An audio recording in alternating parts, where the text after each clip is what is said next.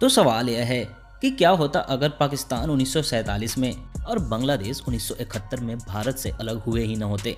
इस वीडियो में हम इस नए भारत को यूनाइटेड इंडिया कहकर संबोधित करेंगे, जिसमें पाकिस्तान और बांग्लादेश भारत का एक अभिन्न अंग होगा। GDP, defence, tourism, demographic figures के अलावा क्रिकेट और पॉलिटिक्स, जो कि इन तीनों देश के लोगों के खून में है, जैसे कई ऐसे पहलू पर आंकड़ों के आधार पर बारीकी से बात करेंगे।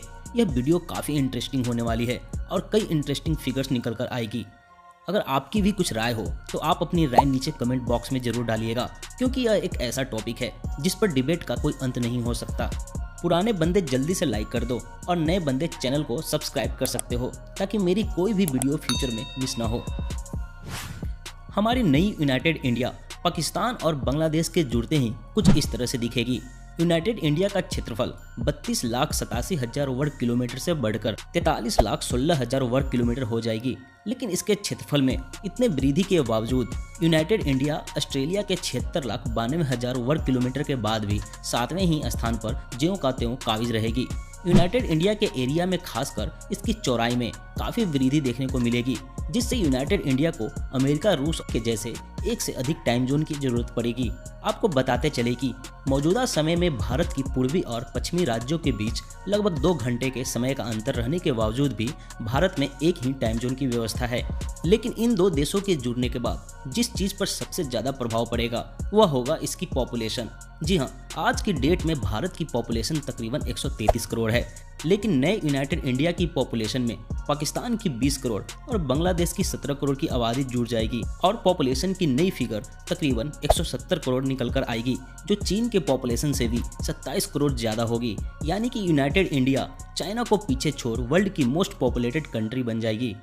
नई यूनाइटेड इंडिया में मुसलमानों की आबादी में ड्रामेटिक रूप से बढ़ोतरी हो जाएगी और मुसलमानों की आबादी 14% से बढ़कर 32% हो जाएगी। मुसलमान फिर यूनाइटेड इंडिया में अल्पसंख्यक नहीं रह जाएंगे और तो और यूनाइटेड इंडिया वर्ल्ड की मोस्ट इस्लामिक पॉपुलेशन वाली कंट्री के लिस्ट में इंडोनेशिया को पीछे छोड़ते हुए नंबर 1 पर काबिज हो जाएगी। मुसलमानों की आबादी बढ़ने से नए यूनाइटेड इंडिया के संस्कृति, खान-पान, रहन-सहन और भाषा में और भी अधिक इस्लामिक छाप देखने को मिलेगी। यूनाइटेड इंडिया के राजनीतिक समीकरण पूरी तरह से बदल जाएगी। अब मुसलमानों की मांग और उनकी समस्या को संसद के पटल पर रखने वाली कई बड़ी बड़ी राजनीतिक पार्टियां मैदान में होंगी। मोहम्मद अली जिन्ना की मुस्लिम लीग आज के दौर की सबसे मजबूत पार्टियों में से एक होगी। शायद भाजपा आज जितना मजबूत दिख रही है उतना मजबूत यूनाइटेड इंडिया में ना होगी। संविधान में मुसलमानों के अधिकारों को लेकर कई अहम चैप्टर जुड़ जाएंगे। जीडीपी की बात करें तो 2019 के IMF के रिपोर्ट के अनुसार इंडिया 6ठे स्थान पर आती है, वहीं बांग्लादेश इस लिस्ट में 39वें और पाकिस्तान 42वें स्थान पर है। हालांकि इन दो देशों की जीडीपी भारत के मुकाबले काफ़ी कम है, इसलिए अगर हम इन दोनों देशों की जीडीपी को नए यूनाइटेड इंडिया की जीडीपी में जोड़ भी दें, फिर भी यूनाइटेड इंडिया के ओवरऑल जीडीपी में कोई खास बढ़ोतरी देखने को नहीं मिलती। लिटरेसी रेट की बात करें तो यूनाइटेड इंडिया की एवरेज लिटरेसी रेट वर्तमान के 74% से घटकर 72% हो जाएगी। इसके अलावा सबसे बड़ी बात जो है वह यह है कि अगर देश का विभाजन हुआ ही नहीं होता तो ऑब्वियस है भारत में हिंदू वर्सेस मुसलमान की राजनीति या तो कम देखने को मिलती या ना के बराबर मिलती, क्योंकि यहाँ के लोग आज़ादी के पहले के ही भांति मिलजुल कर रह रहे होते, मानो कभी कुछ हुआ ही ना हो। हिंदुओं के साथ साथ मुसलमान, सिख, ईसाई और बौद्ध सब एक साथ कंधे से कंधे मिलाकर एक दूसरे के हाथ थामे देश के विकास के पहियों को आगे बढ़ा रहे होते। यूनाइटेड इंडिया की राजनीति इतनी नफरत भरी कभी न होती जितनी आज हो चुकी है, और ना ही अलग पाकिस्तान की मांग होती और ना ही कश्मीर जैसे मुद्दे निकल कर आते। सिंधु नदी के पानी को लेकर भी कोई विवाद न होता।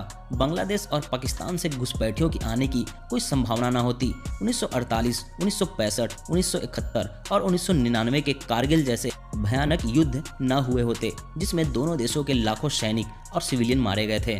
पाकिस्तान के बजाय हमारा पड़ोसी मुल्क ईरान और अफगानिस्तान होता। लेकिन आज के माहौल के अनुसार देखें तो इन देशों से आपसी विवाद की कम संभावनाएं लगती है, लेकिन रोस्ट सिनारियों में भी संबंध उतने भी खराब न होते जितने आज पाकिस्तान से हैं। यानी सीधे तौर पर समझे तो बॉर्डर पर पहले से ज़्यादा शांति होती। आज जो भारत अपनी जीडीपी का 2.1% और पाकिस्तान 3.6% डिफेंस पर होड़ लगाकर खर्च कर रही है, शायद यूनाइटेड इंडिया में इसकी ज़रूरत न पड़ती। या दूसरे कॉन्टेक्स्ट में सोचे तो इनकी डिफेंस सिस्टम मिलकर इतना पावरफुल तो जरूर हो जाती कि अब हम अपने इकलौते थ्रेट चाइना को हैंडल कर सके। ईरान के पड़ोसी मुल्क बनने के बाद वहां के ऑयल रिजर्व, गैस और कच्चे तेलों से संबंधित ट्रेड डील के फायदे यूनाइटेड इंडिया को जरूर मिलते। रूस से व्यापार के रास्ते पहले से और भी आसान हो जाते, क्योंकि फिलहाल हिमालय और चाइना की वजह से रूस के जमीनी रास्ते पूरी तरह से ब्लॉक हो चुकी है। यूनाइटेड इंडिया की फिल्म और म्यूजिक इंडस्ट्री पहले से और भी ज्यादा वर्सेटाइल होती। क्रिकेट और हॉकी में भारत वर्ल्ड लेवल पर अपनी धाक जमा रहा होता। नल्टर वैली से लेकर मोहनजोदड़ो तक शिला यूनिवर्सिटी और हड़प्पा जैसी ऐतिहासिक मॉन्यूमेंट यूनाइटेड इंडिया का हिस्सा होते। टूरिज्म पहले से और भी ज़्यादा डाइवर्स होते। कश्मीर के अंदर के हिस्से पूरे दुनिया के लिए और भी ज़्यादा खुले होते। Textile industry, clothing market, leather और टैनिंग इंडस्ट्री से लेकर चावल, आम और गेहूं के उत्पादन में यूनाइटेड इंडिया टॉप पर होती। लेकिन सच तो यह है कि हिस्ट्री कभी बदली नहीं जा सकती। सच तो यह है, जिस चीज़ की कल्पना हम कर रहे हैं वह बस पूरी कल्पना ही है। संभावनाएं तो बहुत है, लेकिन मैंने कुछ अहम पहलू आपके सामने रखे हैं। इस वीडियो को बनाने में काफ़ी मेहनत लगी है। अगर वीडियो पसंद आई हो तो लाइक ज़रूर कीजिएगा। इसी तरह मेरे चैनल पर और भी कई वीडियोज पड़े हैं, उसे मिस तो बिल्कुल भी मत कीजिएगा। मिलते हैं अगले वीडियो में, तब तक के लिए बाय बाय।